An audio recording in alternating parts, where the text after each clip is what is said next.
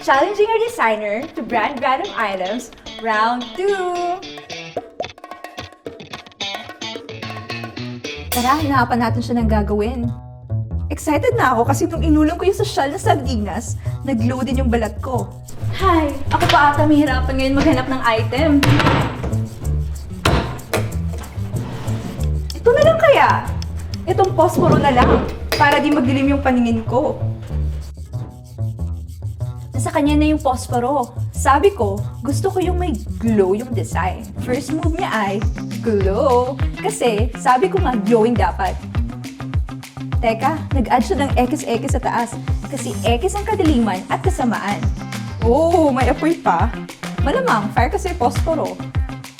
Sige, hanap muna tayo ng kandila. Pang-relax.